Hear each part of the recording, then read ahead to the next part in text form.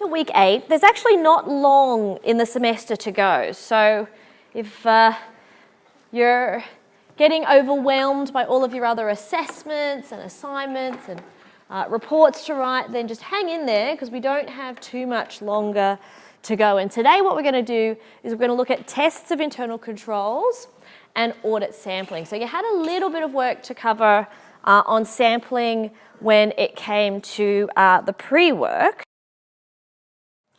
But I'm just going to recap audit strategy because I know that last week we had some people that were a little bit unclear about this.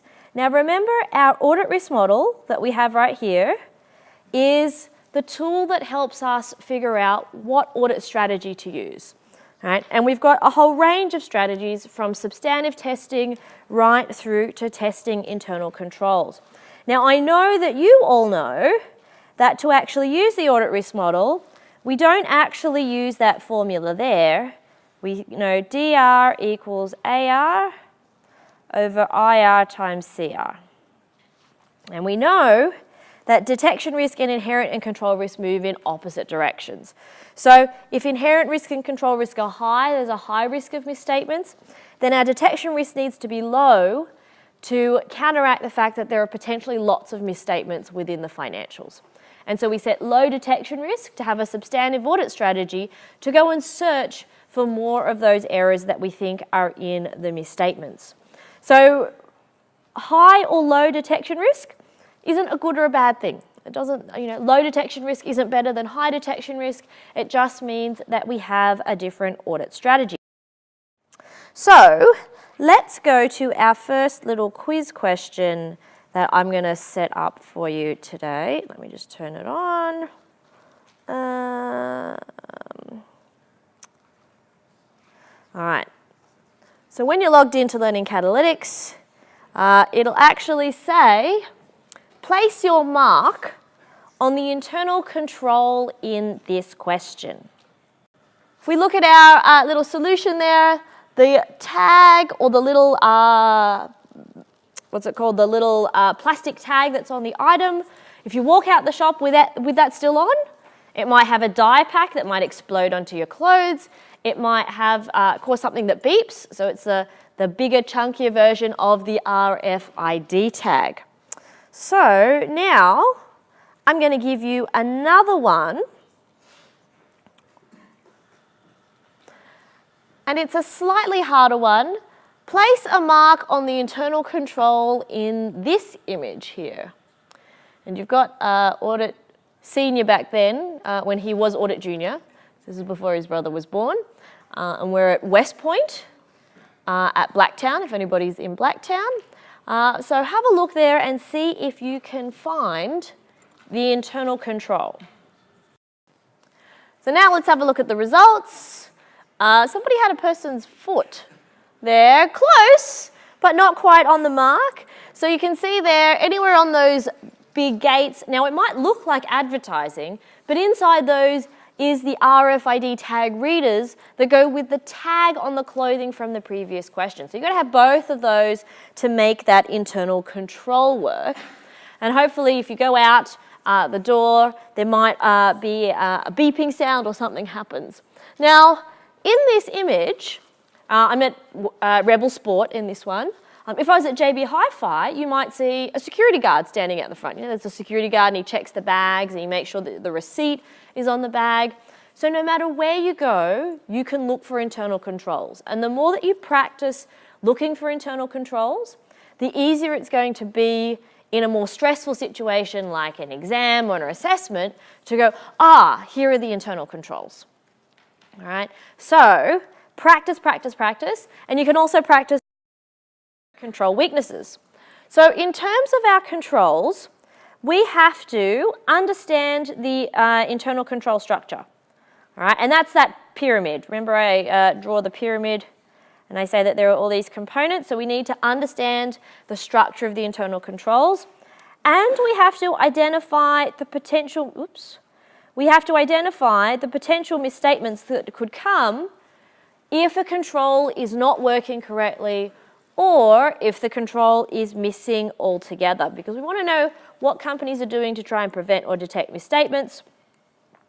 We assess our control risk as low, medium or high. Remember, low is lots of controls and maybe only one weakness. High is virtually no controls and lots of gaps. And medium is that somewhere in between. Now, I mentioned before that our assessment of internal control is often dependent on the types of clients that we're used to dealing with. So if you're used to dealing with mining companies that are very risky overall, your idea of high might be really different than somebody who's only ever audited food manufacturers or something that is less risky. So it's all a little bit relative, but I've given you some guides for high, medium or low, and then that feeds into our detection risk, and then our detection risk feeds into that choice of audit strategy that we're going to use. All right? So we need to know how to apply the audit risk model and then decide on our audit strategy. What we're going to look at today is if we have control risk that is low or medium, then we are expected to do some testing of internal controls. Now, one thing I want to note here is we will never have an audit that is 100% controls testing. All right? That is something that just doesn't happen. We never test just controls. We will always do, even if it's 95% of the work we do is testing internal controls, we will always do some substantive testing just in case. Right? Now that's not in a standard anywhere, it's not written in ASA 500. ASA 500 says that we just have to get sufficient and appropriate evidence, but it's best audit practice to always do some testing substantively. So if controls are really great, then we're going to test a lot of internal controls. If controls are okay and there are controls and there are weaknesses, then we're going to do some control testing and some substantive testing, depending on where we are on our little risk diagram. So remember, we have this risk diagram that sort of looks like this, and then it has the arrow at the top. Depending where we are on that scale will depend how much work we do. And this is something that will always be decided by your audit manager. So you won't have to make a choice of how many to go collect or which point of the strategy you need to be on first time out at a job, but it is a skill that you will learn to develop as you rise up the audit rank. So when our control risk is less than high, low or medium, we need to test whether they're working correctly. All right? Because when we make this assessment, that assessment is based on the design of the internal controls. Right? That is based on what people tell us they say they do. So quite often students will say to me, oh, look, Amanda, I didn't do so well at auditing, I failed. And I said, well, what was your plan? And they said, oh, well, I plan to watch the lecture video every week, and I plan to do these activities. And then when I go back into the system and I look at the dates at which they actually watched the lecture recordings, and I say, well, hang on a second, you only watched the lecture recordings in the 2 days before the exam. Then they say they have a plan to do X, and then they actually end up doing Y. So we always need to make sure that we check whether what they say they're doing in our assessment is what is actually happening every day in their everyday operations. So we're going to learn today how to gather evidence to test internal controls. In the lecture today, we're going to look at the design aspect. How do I actually design these procedures to test internal controls? In the tutorial today, we're actually going to be doing our first pieces of real audit testing. So you're going to get audit evidence, and you're going to have an audit program that shows you what to do, and then you're going to have to actually physically do that work of an auditor. All right, so you'll get some real life exposure to audits here. So let me get our next little quiz question up. All right, so our question, which should pop up on the screen in just a moment. If a control is not operating as designed, which of the following statements is true? A, mistakes made by staff could result in misstatements. B, staff may take advantage of the failed control to engage in fraud. C, there's an increased possibility of misstatements in the accounting data. Or D, the auditor will have to conduct increased substantive testing. Okay, so if a control is not operating as it was designed, then all of these statements are true. All right? People could make mistakes if a control isn't working. It's very possible that people could make a mistake. People could see a lack of approval for something, or that you could, work at JB Hi-Fi and give someone an 85% discount, sell your friends a whole lot of stuff really cheap. There's definitely an increased possibility of misstatements because of A and B, and as a result of that, our control risk would need to increase, and we would need to do more substantive testing. So when we find control weaknesses, so gaps in internal controls, or when I find controls that don't work, because they're broken or people have figured out a way to work around the control, then it's really important that I know that. All right? That really helps me. So when a control does not operate effectively, we are not going to place reliance on that internal control. I'm going to see if there's something else. Is there another control that might act as a backup?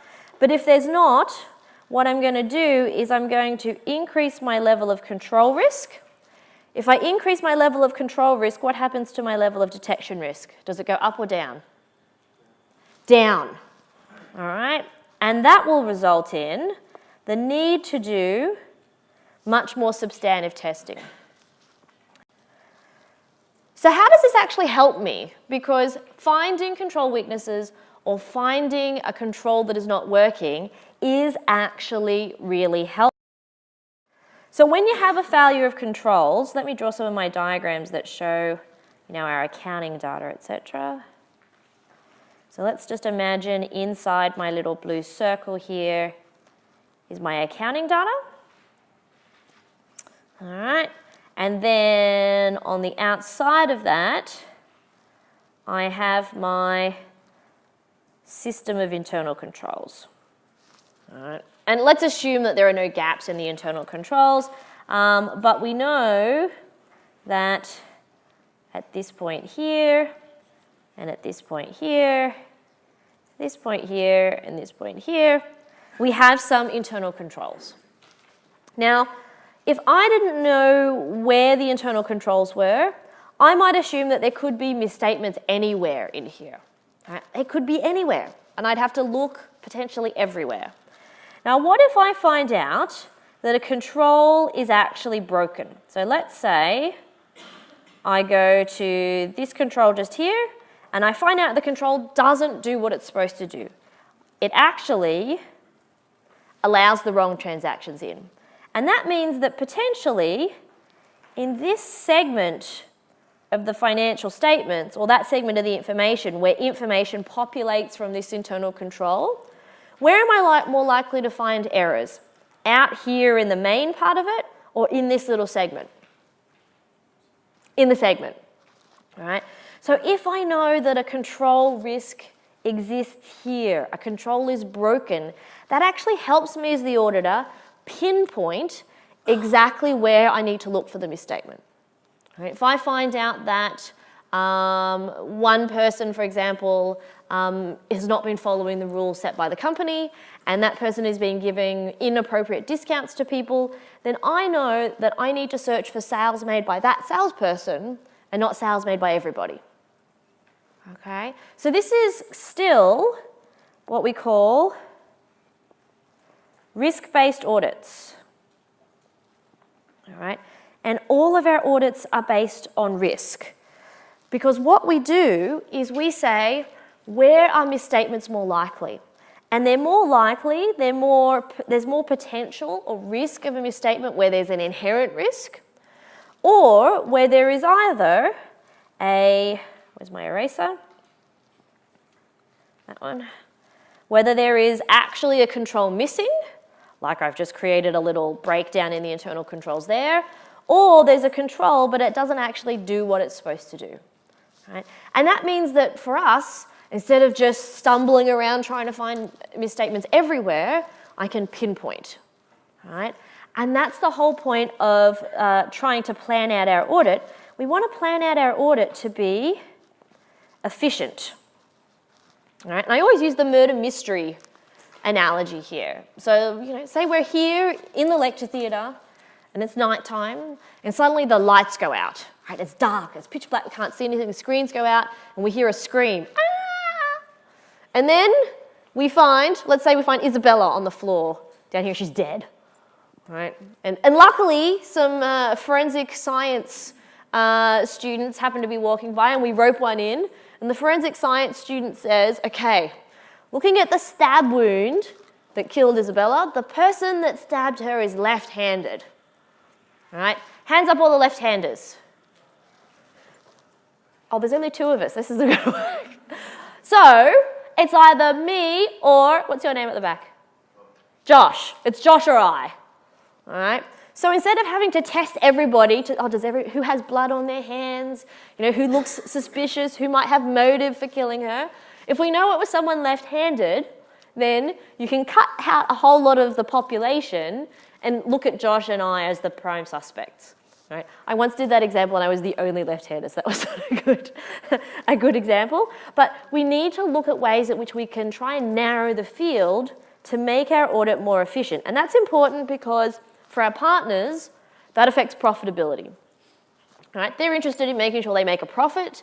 They want to make sure that we finish on time. So the other thing, efficiency is about 2 things. The first one is about budget, but the next one is about time. We need to make sure that we finish our audits by a certain date because we agree with ASIC and the company or our client to report our results so that they can report their results on a certain day. Right? And if they're late, there can be fines applied. And it's not just one client that I'm auditing. I'm usually auditing 4 or 5 clients at the same time. So I'm juggling different teams of people, different reporting dates. So I need to make sure I've got a good plan there. So how does the auditor actually go through and look at internal controls? I'm just going to zoom in on our diagram a little bit. So the first step, is control risk assessed as high? If it's yes, we go straight down to substantive procedures, right? That's the leaky bucket. We don't want to test the leaky bucket. If control risk is low or medium, then we come down here, we test internal controls. Do controls do what they say they do? All right. Now, there's a new word here that we haven't covered before, and it's the word deviations. Generally in accounts, we're looking for misstatements. We're looking for dollars that are incorrect. But when it comes to testing internal controls, we are looking for deviations. We're looking for the number of times a control stops working. Right? So a control is putting in your ATM card and putting in your PIN. That's a control. A control is when you select $40 at the ATM, it actually spits out $40. A few years ago, the Commonwealth Bank ATMs, you put in $40 and it would give you $80. They had an entire day where ATMs were sending out the wrong amount of money, and then, but not up to, if instead of taking $40 out of your bank, you might say, I'm taking out $40. It would give you $80, and then it would say you only took out $40 out of your bank account. So for all those people, they were very happy. The bank asked them to give the money back, of course, but every time the control doesn't work, there's a deviation. And we will set something called a tolerable amount, what is that amount of deviations? Which is sort of like materiality for internal controls. So we will say, okay, if the control is broken 5 times out of 1 million times, then that's okay. All right? Or we might have 10 times. If it's broken 10 times, then that's okay. But if it stops working 100 times, then we might say, well, we have a bit of an issue here. All right? Controls can break down for all sorts of different reasons. You might update a system, something that works, stops working for a short period of time. But you want to know when there are deviations. And one thing that slide actually doesn't say is that when we find deviations, the big question I also want to ask is why. Why did the control stop working? Oh, the control stopped working because Camille, who does this particular task, she went on holidays.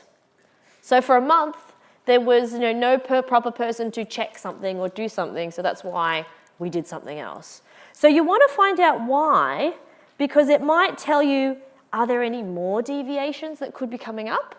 Or is this a one-off thing?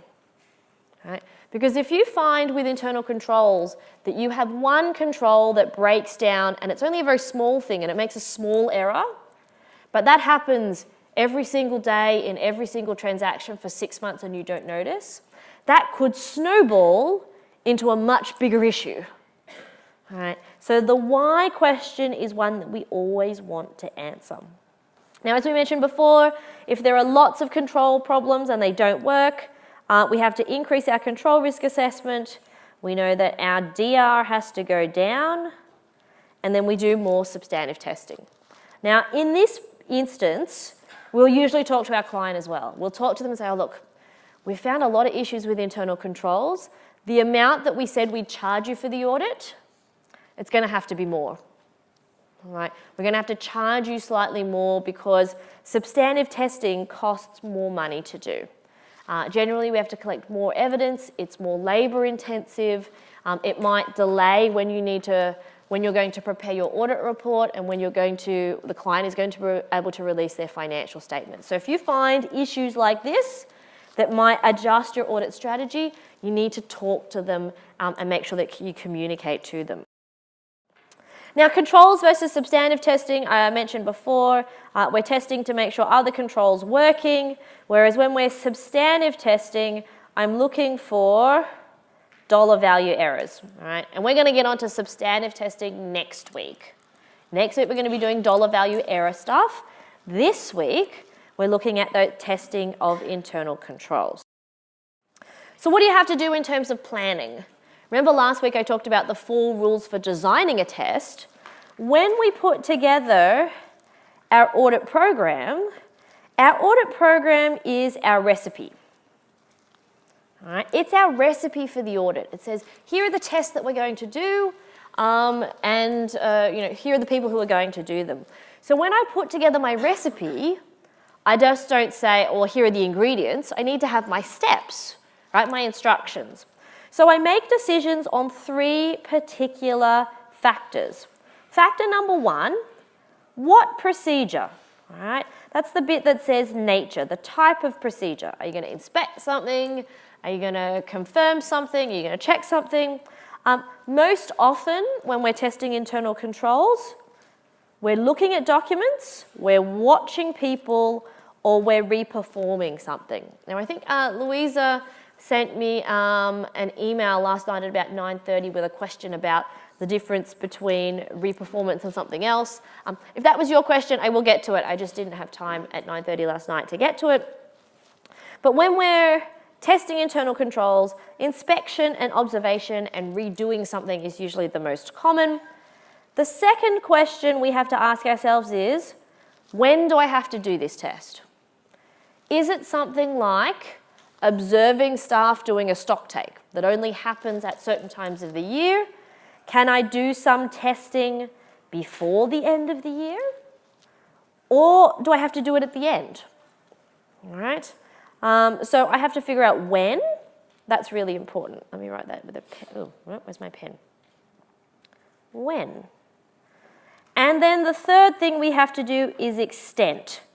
All right. And extent is how much? And so we looked at sampling just briefly in the pre-lecture material, and we're going to talk about methods to choose and options to choose. Most sampling that occurs is non-statistical sampling, and it's haphazard sampling. So the audit firm will have a rule that will say, okay, when we're testing internal controls, the first thing we do is gather 25 of something and test them and then decide to go from there. So we have to decide what procedures, when to test them, and how much. Now, I will not be asking you to do any calculations in terms of how much. We will talk about when you want to collect more or when you want to collect less. but I'm not going to cover in this course the calculation question. Now, for any internal controls, we have to collect evidence about that control. So does the control exist? Is it effective? So the existence part is normally when we are interviewing the client and we're finding out about the internal control system, we find out what controls exist. Then, when I'm testing internal controls, I want to find out, is the control doing what it's supposed to be doing? That's my test part. And then the continuity part, let me zoom in here a little bit, because that's really, really tiny. The continuity is that we want to make sure that the control was working all year. All right? Because a control operates, every single second of every single day. At somewhere like Woolworths, controls are always firing. They're turning on, turning on, turning on. Same with a bank. Every time you log onto your internet banking, you access an ATM, you tap and go at somewhere to buy something, that's an internal control firing every single time. So we want to know over the entire 365 or 366 days of the year, has it been working every single day? That means that when I'm selecting my internal controls to test, I want to make sure that my sample covers the entire year. Right? There's no point in testing a control just in June, because what if it wasn't working in April? Or what if it wasn't working in December? I mentioned earlier, what if Camille went on holidays for a month and a control wasn't working in that month? Well, then that leads us to believe that there's the potential that there's not continuity and there might be misstatements in that particular portion of the accounts. So most controls relate to transactions. Did the transaction occur? Was it authorized? Have all transactions been recorded? This is the whole place item in the basket when you're trying to scan at Coles. Place item in bagging area. That's the most frustrating message you ever get. You're like, I've put the item in the bagging area. Why doesn't it tell me that? That's a completeness check. Accuracy, so price lists, scanning of barcodes. You guys are all too young to remember buying groceries before barcodes. But before barcodes and scanning, and I remember when my first local supermarket got the barcode scanner, it was the most exciting thing I'd ever seen. I think I was about 4 at the time. We had a little gun that had stickers on it, and you would put the price, use the dial to set the price, and you would use the gun to stamp the price on the sticker and then put the price on the can or the item. All right? And my mum would always make me look through the cans of stuff to see if I could find one that was the wrong price, just in case they'd mislabeled it so she could get an item cheaper. I don't know whether it's an Asian parent thing or it's a parent thing. I always say my mum's like the traditional Asian mum. She's always looking for anything that's free to give away. So she loves going to Costco because there's always free samples, and she'll go at lunchtime so that she doesn't have to have lunch. She won't even buy the $4 slice of pizza at Costco. She's like, no, I'll just try all the samples. So she always lines up for free stuff, and she was always looking for things that were the wrong price. She's like, oh, let's buy that because that was half price. So before barcode scanning and there was manual pricing of items, accuracy was a big issue. I remember my dad has owned a lot of businesses, but we would have to type in the price for a good by hand on the cash register. There was no scanning at that point. And people would make mistakes, right? You'd have to reconcile cash registers at the end of the day because I might accidentally be playing around with the cash register and type in $29.99 instead of $2.99. We have cutoff, transactions recorded in the correct year, and then classification. We don't tend to have too many controls around presentation and disclosure because all of the presentation and disclosure items are typically accountants manually making choices about what do I need to disclose in the annual report about sales and segments. It's not really something that happens in control. Now, on here, there's a whole lot of slides about how you audit controls in different cycles. It tells you about what typical processes might look like. You can read these out of the book. But do this in real life, all right? So I have been immersed in audit for so long that wherever I go, I'm saying, oh, control, control, right? I'm living inside the Matrix. So, you know, have you guys all seen The Matrix, the movie The Matrix? Where Neo can see inside the Matrix and he can see all the code, all right? I want you guys to immerse yourselves in the Matrix for internal controls so that when you walk out of the university or while you're working around the university, internal control, control weakness, right? Whenever I go to, you know, the Chinese noodle house, the dumpling place, or the 4 restaurants of the same name up on the corner up there, and it says cash only, every time I see that, I go control risk. All right. Potential weakness, potential for theft from employees. Are they recording the right amount of revenue?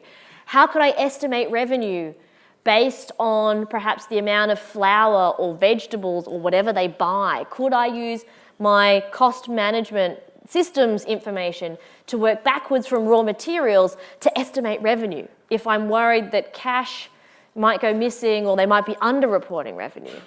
Like when I go to the movies and I go with my ticket and there is no guy or girl to rip off the ticket and say cinema, whatever, I'm like, control weakness, people. Anyone could be walking in without a ticket. When I see somebody jump the gate at Central, I'm like, oh, where's the security guard, right? City Rail security not there to act as the compensating control. So if you really want to get into auditing and you really want to have a good chance of immersing yourself, you can do this every day. You can do this at your part-time job. You can do this where you live. Who lives in share housing with other people? You have to share a flat or an apartment with someone, right? Whose food is whose in the fridge? How much do we pay for each? Who's paid their rent? Who hasn't paid their rent? How do we get into the building? All of that is internal controls. And the more that you can think in that way, if only until after the exam, the easier it's going to be to immerse yourself in these environments. So here's an example of a sales flow. How would we audit controls? We're actually going to do this, and we're going to do some exam stuff that's not all that great. In case you don't have the textbook, buying stuff, you know, who approves stuff, right? I just can't go and buy stuff for the university. Otherwise, I'd buy myself a little motorized Segway so that I can race up to building 11 and not have to walk. I'd just hop on it and off I'd go. Or a motorized scooter. Unfortunately, my head of school didn't think that that was a worthy expenditure for the university. And I'm pretty sure the Vice Chancellor would agree right there. But who approves stuff? And do we have segregation of duties? So approvals, segregation of duties. Is there any way that you could, you know, order something that is not for your work purpose, but somehow get somebody to pay it? There was an instance at Coca-Cola where a guy had managed to use his expense account to pay for strip joints and private holidays. So I'm like, who's reviewing the expenses? And when you see Spearmint Rhino and you don't go, that doesn't sound like a business-style restaurant. Oh, I've just lost them. So there's some inventory flowcharts there. You can have a look at those, that sort of stuff.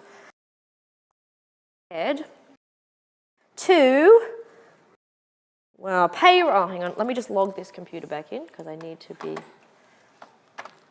oh, how do I get it to work? No, hang on a second. So payroll, you know, if ever anybody works a job here, what are the controls to make sure that you don't get paid for more hours, that we pay people at the right pay rates, that we calculate their superannuation and their leave entitlement appropriately, that we calculate the right amount of tax. You know, make sure that, I just got an email the other day that said, if you're using teaching assistants, you need to make sure that you follow these processes. You can't have them start work until they've signed their contract. All right? Because we had people saying, oh, I started work on Monday and were claiming hours, but their contract wasn't actually signed until the Friday. So what sort of controls do they have to make sure that people are, that we're paying the right people at the... We also need to think about testing IT controls. So logins, who has access to what data? All right, so for example, in UTS Online, you can see your subjects that you're enrolled in. All right, you can see your grade center scores, but you can't see anybody else's. In UTS Online, you can't create any materials, whereas I'm the one who creates all the folders. I can de-anonymize students on anonymous discussion boards. You might not know that. So if you ever think, I'm just going to like post a big rant on an anonymous discussion board on UTS Online, it's not really anonymous. It looks anonymous, but I can click a button to show who that is.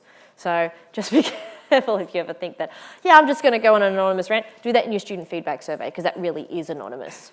But we want to test things like, if I select an item that is out of stock, can I add it to my shopping cart at Peak Design? All right. So all of these sorts of testing IT controls we can do. We can test data. So we can take the client's raw data and reprocess it to see if it's doing the same thing. We can have an integrated test facility, which is like the auditor implements a piece of software that sits on top of the client software that tests to make sure that all their transactions are working correctly. But one of the most common ones is something called parallel processing, all right, where what we do is we take a set of transactions, we run them through our accounting software and see what the profit and loss should look like, and then we compare that to the client one. And sometimes you find discrepancies and they realize they've got the wrong debit or the wrong credit account, or they're using the wrong accounting rule. So testing IT typically happens by specialists. So you'll use IT specialists from your audit firm. Okay, let's go to sampling. All right, so we're going to actually, at the very end of this, design some tests. I'm going to show you how to do that, and we're going to integrate sampling. Sampling, we know that sampling is less than 100% of the population. All right, so I need to make sure that when I select my samples, I do it appropriately. So let's say I pick the first row of students just here. And what I'm going to do is I'm going to take a little photo of them so that everybody who's in the lecture, who's looking at the online lecture, knows what I'm looking at. All right, so the first row of students, I'm going to use that photo, use photo. Okay, so let me just shrink that down a bit. Okay, so my first row of students is these guys right here. All right, so if I look at my first row, I've got 3 guys and 3 girls, and that's pretty close. I think 56% of students in audit enrolled are female, so we're pretty close to picking a sample that would be representative. Now, according to this, we have 3 people with glasses. So roughly 50% of people enrolled in audit, we could make a conclusion, have glasses. What sort of devices is everybody on? So we've got HP, what's that one there? Mac? Mac? And Mac, all right, so 50% of students would be on some sort of laptop. 50% of students would be handwriting notes. So out of the 50% who have a laptop, 67% of those would be on some sort of Apple device, right? And 1/3 would be on a PC. So when I make a sample and I make some generalizations based on that sample, I'm making conclusions, and that's exactly what I'm doing in auditing. Right? I pick a sample of transactions, I look at those transactions, I test them against some criteria, and if all of the transactions that I test were correctly recorded and everything was done appropriately, then I might say that that account is true and fair, is free from material misstatement. So that is what sampling is all about. So I mentioned we've got a couple of different options, statistical sampling versus non-statistical sampling, which I would have talked about those in the pre-lecture video, so you can always go back to the details. And then stratification, which is simply breaking populations up. I could break up the population of students in this room based on gender, male, female, or other. All right, by law, we have to have an other gender for people who are intersex who choose to be non-binary. I could break it up by whether you're a domestic student or an international student. I could break it up based on where you live, right? So, if you lived, we might have people who live in the West, which is like Blacktown, Campbelltown, all that way. So I'm out at Blacktown, so I'm a Westie. We could have the inner West, then we could have the inner city. We could do it based on your age, all right? I'm probably going to be the only person in the age bracket of 35 and above, because you all look like little baby faces. All right, might be a bit different in a postgraduate class. I could do, I could stratify you based on where you were born. I could stratify you based on how many siblings you have, or what religion you might be, or whether you're a vegetarian or not. So we can stratify based on anything, and we do it to try and make our audit testing more efficient. So I mentioned in the pre-lecture materials, if I'm looking for accounts receivable that need to be written off as bad debts, which of these categories am I looking for? 0 to 30? No. These ones. These are the people who are much less likely to pay. That's my brother from every single lunch we've ever been to where he's forgotten his wallet. Says to me all the time, and he works in a marketing agency up in Surrey Hills. He's in web marketing. And he goes, let's meet for lunch. And 50% of the time, I turn up and he goes, I forgot my wallet.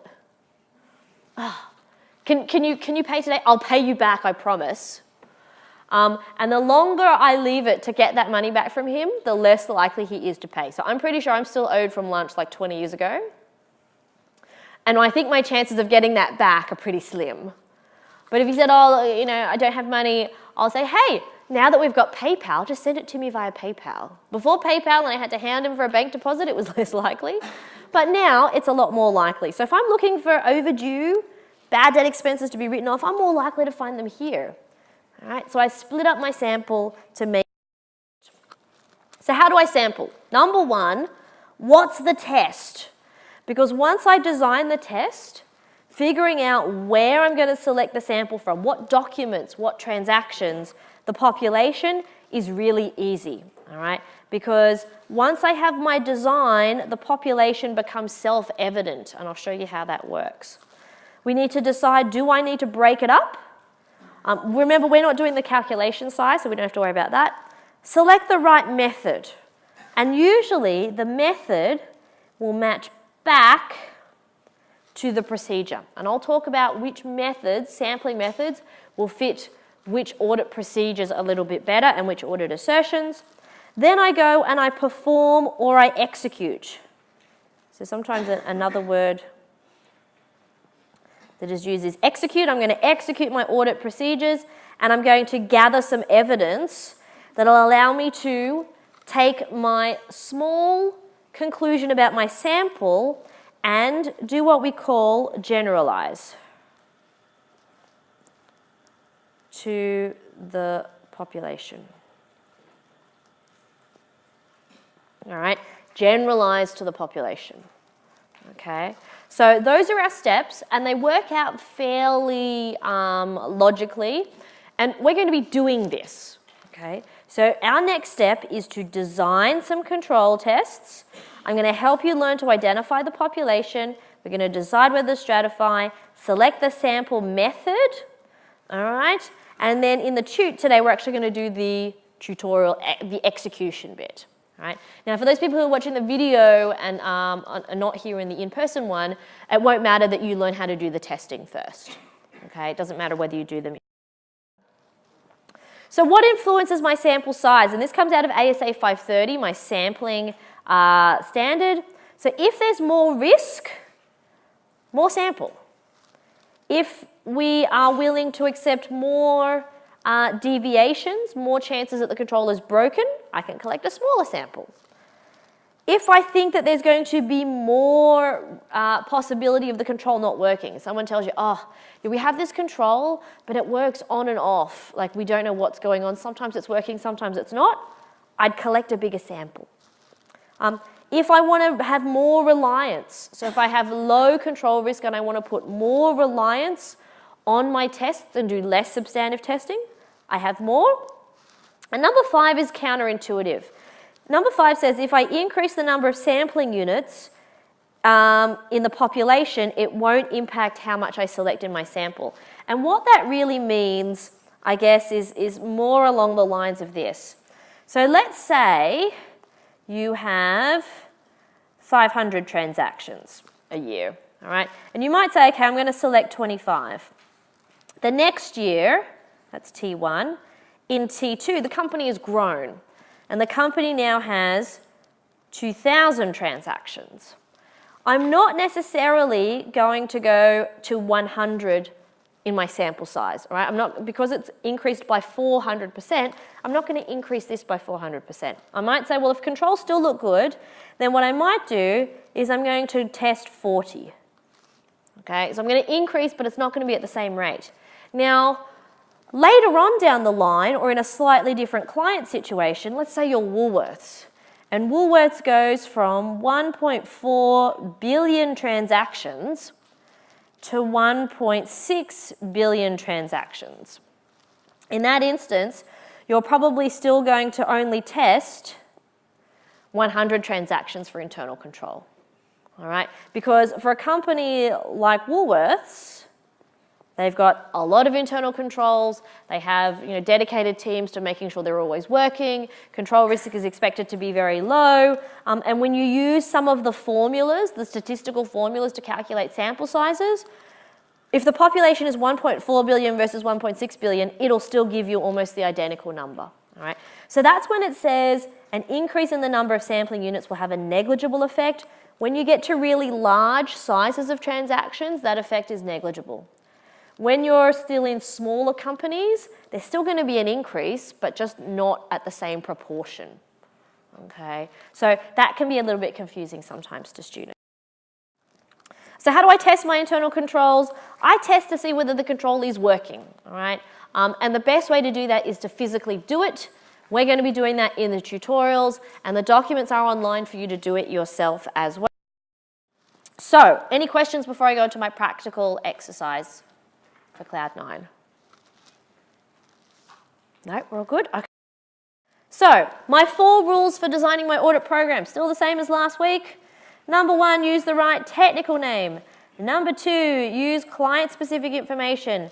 Number 3, be detailed. Re-performance is the key. And number 4, this is that fit for purpose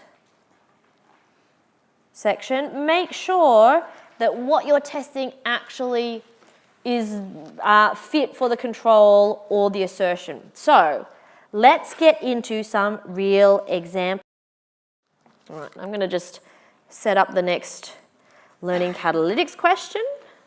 So last week in our tutes, we had the PowerPoint where you had all the shapes and you had to put them into what the flowchart might look like. So what you need to do in Learning Catalytics right now is put a spot on the internal control in the web sales process. So there's a number of them, but I want you to put a spot on them and we will use those for something in a minute. I'm going to put on the thinking music. All right, so let's see what people chose. Hang on, show me the results.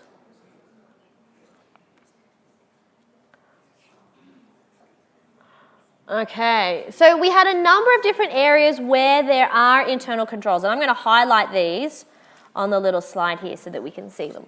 So, the promo check, all right, that's an internal control.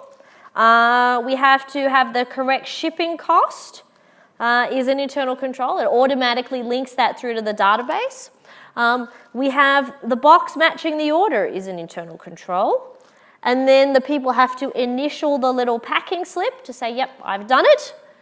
And then they scan the barcode and update.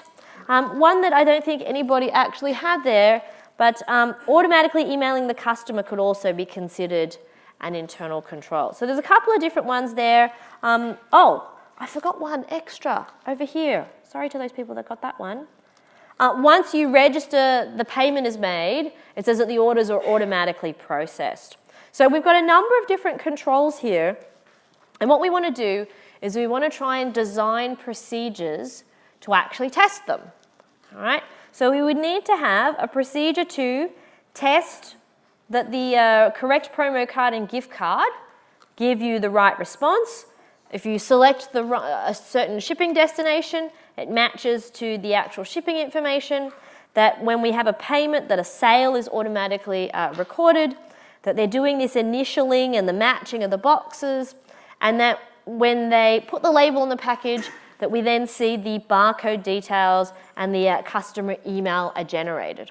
All right, so these are our internal controls. And we need to figure out, how do I test each of those? So I've got a table on the next one. All right, so what we're going to do, I'm going to number these. All right, 1, 2, 3, 4, 5, 6, and 7. All right, and what I'm going to do is I am going to add another question to learning catalytics. All right, so what I want you to do is I'm going to put on the thinking music again, and I want you to try and design a test for one of these. All right, I'm going to create a little learning catalytics question where you're going to have a go at actually putting in, just put the number 1 and then the procedure, and then we're going to go through them, and I'm going to help you build the tests based on what we've got. So I'm going to pause the recording. All right, where there is a table for you to write a control, identify the control, procedure, and then the sampling method. So I'm going to go back a tiny second. All right, so we can see here, hopefully, oh yeah, it's rendering right now. We can see a list of the sorts of controls that people have put together, tests of internal controls. All right, so we need to, let's pick some ones that are on the right track. So let's go, I'm going to scroll down a bit first to look for some that match with number 1, which was the first procedure. So here we have one that says, I'll just highlight it so we can all see it. Select a sample of the promotion codes, enter them into the system, check whether it recognises the promotion code and apply a discount, and check whether a random code also works. So that's a really great test because it says get some codes, try them in the system, right? And also try one that shouldn't work. Because if you just put in a random code, it should go, this is not a valid code. Okay, so that's a really great one there because there's lots of detail. The only thing I would add to improve that one there would be to make sure that you're choosing promotion codes from different times of the year as well. So you could always look at orders and look at the promotion code that was applied and say, was this promotion code a valid promotion code from September 2016 or January 2015? So that one is a really great one. And the one underneath it is perfect as well. Test real and fake promotional codes. You could check that they're valid in a database. You might even try and use a gift card more than once. Okay, so an option here could be using a gift card more than one time, because normally if you've used a value of a gift card, it shouldn't be able to be used again. So that's a good one there. I'm not sure that we'd call the FBI and get them to investigate. I'm not quite sure that that's what they're interested, that they don't quite do that one. Now, I'm going to go to the shipping cost one, which is the one just above it. Ask for the correct shipping cost. Here we want to make sure that we give a little bit more detail. All right, so something like select a sample of orders and check that the shipping cost that is provided matches to the system. All right? Or like this one, where we're looking at the promotion codes, you could go onto the Peak Design website yourself, enter in, start some orders, select the shipping destination, and see if the shipping cost actually matches what's supposed to come up in the database. All right? Try change the destination and see if the price of the shipping changes. I know at the moment on the Peak Design website they have a thing that says for Mother's Day, free shipping, or if you need like 1 day express shipping, there's a different price. So you could always choose different shipping options to see if the prices come up as the correct ones. Now this would be really important if shipping prices change, right? We always get upset when Australia Post changes the shipping. Oh, it's now going to be $20 instead of $15. If there's been a specific time when the shipping price has changed, it's always good to test the controls around that particular period because that's when mistakes are more likely. All right. Now, procedure, number 3 was the orders Once the payment was made, I think the order has to be done. And I really like this one here.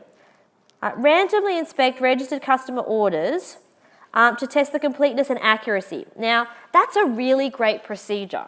The only one thing I want to say here is that that is a substantive test, because we're testing assertion, we're testing, well, is the number correct, all right?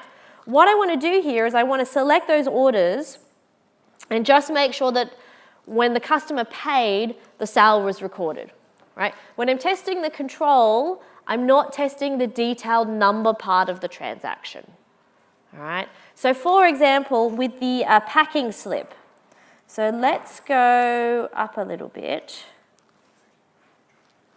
to the packing slip ones, all right?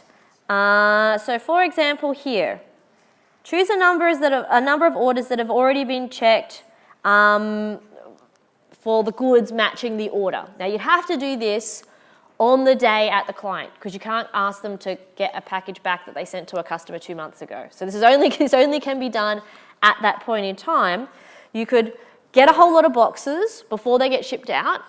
You could ask the Peak Design to open them, and you could re-perform the check to make sure that the goods in the box are the goods that are on the list and that it was initialed correctly. All right? So that's one way to do it. The other way to do it, whoops, and I just realized that my number, that needs to stay with that. The other thing that I thought was really good was this one. Inspect a number of previous packing slips to make sure that they've actually done the initial. We want to see the initial. We don't want to see any boxes with a packing slip that's blank. If it's blank, then that hasn't been checked. Or maybe it was checked and the person didn't sign it. Okay? So here we're taking these and we're looking for the control. Okay? Now somebody here, I like this one, a random sample of 100 orders. So this is great because it's told us the sampling method and it's told us how many. Now I'm not ever expecting you to tell me how many, but the fact that it's used the sampling method is really, really good. So I can see that our next lecturer for our next, we've got like 1 minute to wrap up here. So remember that we're going to look at designing. Think about using our words. Am I vouching? Am I inspecting? Am I re-performing something? Give me enough detail. Tell me what I'm looking for. Am I looking for an initial? Am I looking for a blank? Am I testing something in the computer system? And then also tell me how you're actually going to collect it. Are you random sampling? These ones where we're choosing orders that have already been checked, you can only do that in a block. You can only do 1 day's worth of that because you don't have the Harry Potter time turner to go back 6 months ago and look at ones that have already been sent out. All right? Are we okay? All right. Thank you very much, everybody. Off to your quizzes now. If somebody is going to Ben's class, can you pop down the front and I'll give you your packet of the audit evidence that you're going to need for your tutorial today.